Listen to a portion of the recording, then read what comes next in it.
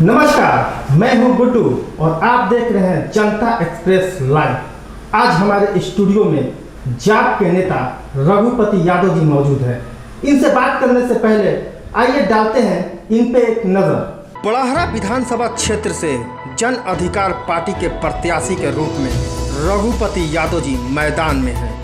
रघुपति जी की अगर बात करें तो साफ छवि और एक ईमानदार नेता के रूप में बड़हरा क्षेत्र में जाने जाते हैं। बड़हरा के जनता का कहना है कि रघुपति जी लगातार कई वर्षों से बड़हरा क्षेत्र में बिना कोई स्वार्थ के बड़हरा की जनता के सेवा करते हैं। यही कारण है कि रघुपति जी का मान सम्मान यहाँ की जनता देती है।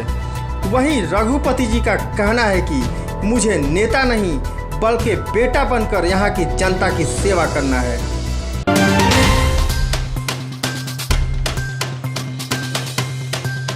रघुपति जी, हमारे स्टूडियो में आपका बहुत बहुत स्वागत कि आपने टाइम निकाला।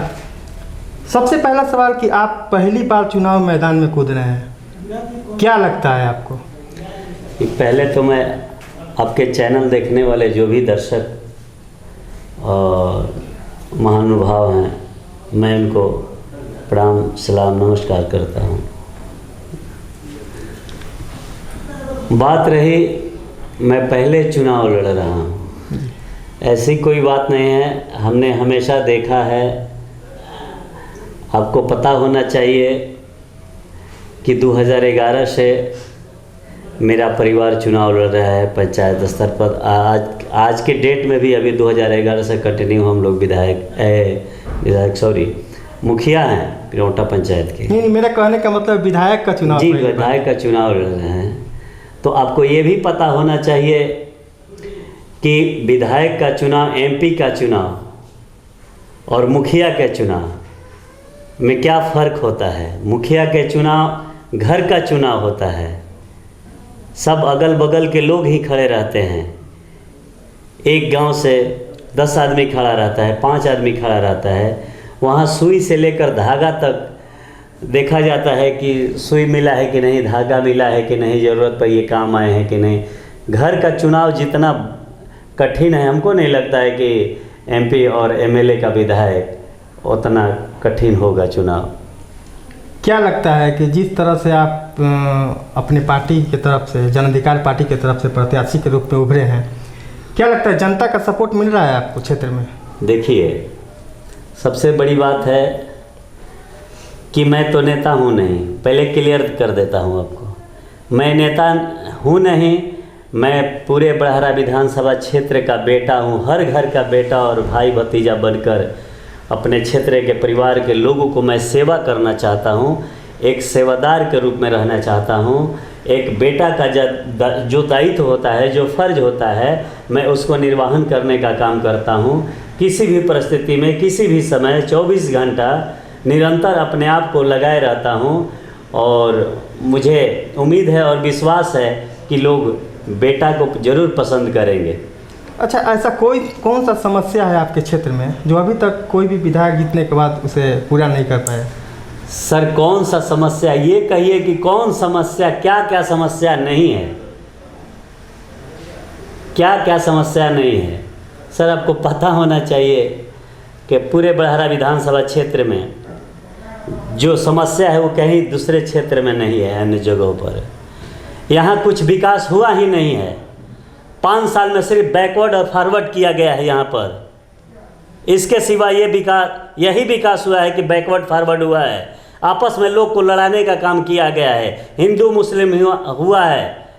धर्म और मजहब के नाम पर आपसी एकता, सौहार्द, भाईचारा को तोड़ने का काम किया गया है। समाज को बांटने का काम किया गया है, जोड़ने का अभी तक काम नहीं किया गया है। आप उठा के देख लीजिए, जाकर घूम कर देख लीजिए कि समाज को लड़ाने का काम किया जा रहा है यहाँ पर। यही यहाँ का विकास है। और मूल समस्या यहाँ का जो है, स्थानीय समस्या है, आज तक उस पर अस्थायी निदान नहीं निकल रहा है। जो भी जनप्रतिनिधि जीत कर जाते हैं, वादा करके जाते हैं, भरोसा दिला कर जाते हैं, लेकिन अपने वादों से मुकर जाते हैं लोगों से। आप जाइएगा लोगों के बीच में, गले लगाइए, महसूस कीजिए, तब आपको अनुभव होगा, पता चलेगा सर लोग कितनी पीड़ा में जी रहे हैं। नेता को लोग गाली देते हैं, नेता शब्द लोग नहीं सुनना चाहता है। जिस तरह से आप चुनावी मैदान में उतरे हैं, कहीं ना कहीं आपको समस्या आपको होती होगी। जी, समस्या कुछ नहीं होता है। मैं अपने परिवार का सेवा करने जा रहा हूँ, परिवार में रहकर सेवा करना चाहता हूँ, जीना चाहता हूँ, सबके साथ लेकर चलना चाहता हूँ, मैं आपसी सौहार्द, एकता, भाईचारा को कायम रखना चाहता हूँ। तो इसमें समस्या कहाँ से आ सकती है? इसमें तो सब लोग सहर्ष स्वीकार कर रहे हैं कि नहीं, हम लोग को मिलजुल के रहना है, एक साथ रहना है, मंच पर रहना है। विरोधी की तरफ से अरे विरोधी क्या करता है उस पर हमको परवाह नहीं है, फर्क नहीं पड़ता है सर। मेरा जो काम है, दायित्व है, वो हम करने का निर्वहन करते हैं।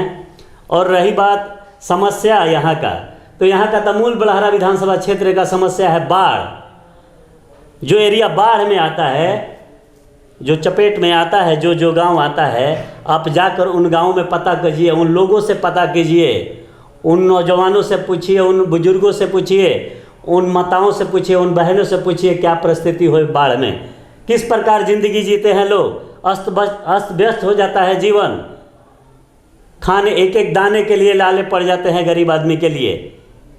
जानवर तक का भूसा घास नहीं मिल पाता है। कई ऐसे घर होते हैं ढह जाता है, डूब जाता है, माल मवेशी आदमी बह जाता है, लेकिन सरकार की इसकी चिंता नहीं, आज तक मुआवजा तक नहीं मिलता है। अस्थाई निदान क्यों नहीं निकलता है? अरबों खरबों खर्चा होता है हर साल आने के बाद, पानी बाढ़ आने के बाद, लेकिन अस्थाई निदान क्यों नहीं निकलता है? क्योंकि नेता और पदाधिकारी इसको दुधारू गाय समझ लिए हैं बाढ़ को, उनके पॉकेट भरता है, आमदनी होता है, इसलिए इस पर स्थायी निदान के लिए ये लोग लड़ाई नहीं लड़ते हैं, कभी सदन में रखने का काम नहीं करते हैं, नहीं शासन प्रशासन के लोगों पर दबाव बनाते हैं, ना ही मुख्यमंत्री पर दबाव बनाते हैं कि इसका स्थायी निदान निकले। और दूसरी सवाल कि यहाँ शिक्षा का स्तर इतना गिरा हुआ है जिससे समाज विकसित हो सकता है, जिससे देश बढ़ सकता है, वही चीज़ दबा जा रहा है रोज़। इसको कोई शिक्षा का लोग मोल और महत्व समझ नहीं रहे हैं। जो प्रतिनिधि हैं, जो सरकार में लोग हैं, जो शासन प्रशासन के लोग हैं, शिक्षा से उनको कोई वास्ता नहीं है, विकास से उनको कोई वास्ता नहीं है। आपका पीएचसी स्वास्थ्य केंद्र पूरे बड़हरा में बंद पड़ा है। हर जगह हम घूम कर देख रहे हैं, हर गांव में जा रहे हैं। किसको मानते हैं? यहाँ के जनप्रतिनिधि और सूबे के मुखिया जो नीतीश कुमार हैं, और जो हेल्थ मंत्री है, जो स्वास्थ्य मंत्री, इनको तो चाहिए कि हमारे क्षेत्र में जो विधायक स्थानीय होते हैं, जो सांसद होते हैं, उनको तो चाहिए कि हमारे क्षेत्र में पीएचसी है तो बंद क्यों है, उसको चालू कराने के लिए हमने क्या किया है, कब सदन में इसकी लड़ाई लड़ी है। जिस तरह से आपने मिलन समारोह किया, पप्पू यादव जी हैं और आप लोगों पे FIR हो गया जी, क्या कहना चाहते हैं आप? देखिए सर, ये एक साजिश है, FIR एक साजिश है। मैं प्रशासन को धन्यवाद देता हूं कि लॉकडाउन के उल्लंघन में उन्होंने केस दर्ज किया, इसके लिए बहुत बहुत धन्यवाद। लेकिन प्रशासन को सिर्फ नज़रिया है तो केवल मुझ पर है, जन अधिकार पार्टी पर ही है। जन अधिकार पार्टी को ही क्यों टारगेट किया जा रहा है? तो इससे साफ जाहिर है कि जो जन अधिकार पार्टी के कार्यकर्ता है, उनकी लोकप्रियता बढ़ रही है। इससे सारे दल के नेताओं को घबराहट और बेचैनी हो गई है, और शासन प्रशासन के लोगों से दबाव दिवाकर केस कराने का काम किया जा रहा है। तो मैं एक साफ बात बता दूं, साफ तौर पर आपको, कि गिदड़ भक्ति और केस और जेल से ये कोई फ़र्क नहीं पड़ेगा। जन अधिकार पार्टी के सच्चे सिपाही हैं और मजबूती के साथ काम करते रहेंगे।